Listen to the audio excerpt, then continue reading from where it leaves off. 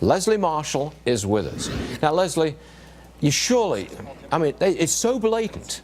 It's so obvious. Will you condemn it?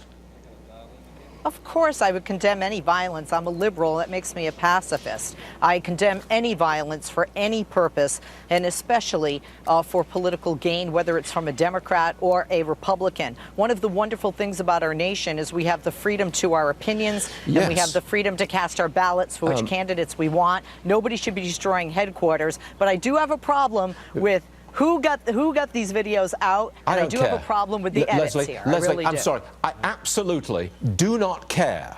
If you watch that videotape, and if you like, I'll play it again for you. You can clearly tell the sentences are run from one to another. I will pay off mentally ill people and homeless people. I have done it. I have paid them off. And I've made them incite violence at Trump rallies. It's blatant. It's right out there. Meanwhile, your candidate, Hillary Clinton, is saying that it's Trump people who are inciting violence. All the time, it is her campaign that's doing it. Leslie, that is outrageous, and I think you know it, and I think it should be on the front page of every newspaper and at the top of every news broadcast in America today, and it's not.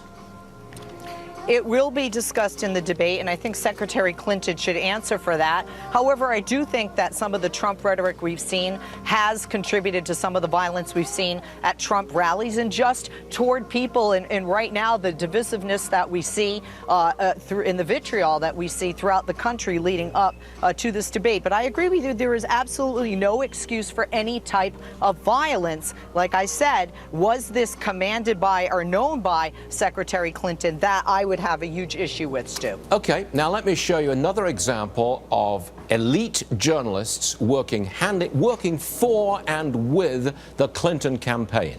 I'm talking about John Harwood, CNBC guy. He sent an email to Clinton campaign manager John Podesta. Here's the email. Topping.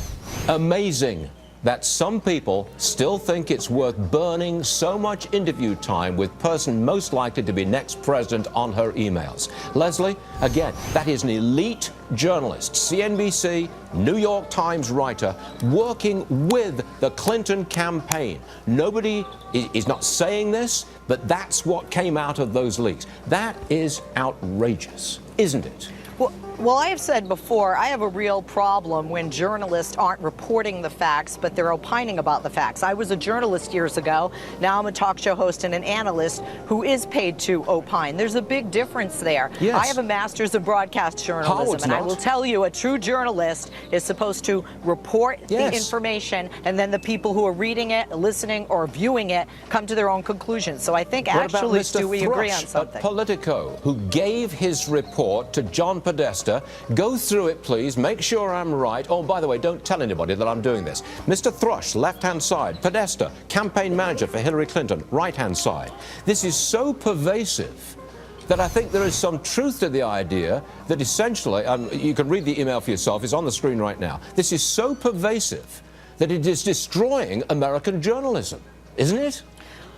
Well, I don't think it's destroying, I hope it isn't destroying American journalism, but I think we've seen over the years, Stu, if you look at, there are certain newspapers out there that are known to be red or to be blue, and we're definitely hearing that when their endorsements come out in this election cycle. That's the editorial page. That is problematic. That is the editorial page, and there's no problem with that whatsoever. But on the news side of things, they're not supposed to be doing that, and they're certainly not supposed to be working with and for a political campaign.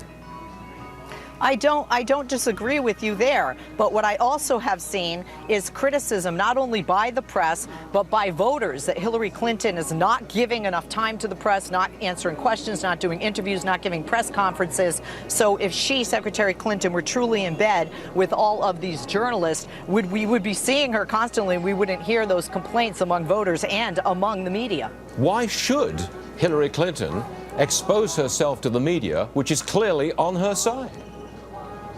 I don't think the media is clearly on her side. I think don't? there are reputable. You don't? I think there are reputable journalists out there across the board. Despite, look, aren't there some Come bad on, Leslie. apples that have not had the integrity of other journalists? Absolutely, but Get I think there are a back to number reality. of No, I think there are a number of journalists out there. I think one of which we're going to see moderating the debate tonight that know what it means to be a journalist, have the integrity, and do it right. I think it was on was it MSNBC this morning? Yeah, Kellyanne Conway, Trump campaign manager. She was asked by these journalists, how can you face your kids? Do you think there's just a tad pejorative, Leslie? I have heard a lot of that, but it's not just toward her, and it's not just toward the Trump campaign. I've seen a lot of things that I have been either offended by, my jaw has dropped, and been shocked by, considering this is a presidential election for the role of commander-in-chief, leading a superpower nation, leading the rest of the world, and I've seen this happening across the board. You know, I'm glad you're on the show. You're kind of your punching bag for me, I guess. No, not at all. I don't feel bruised at all. Good.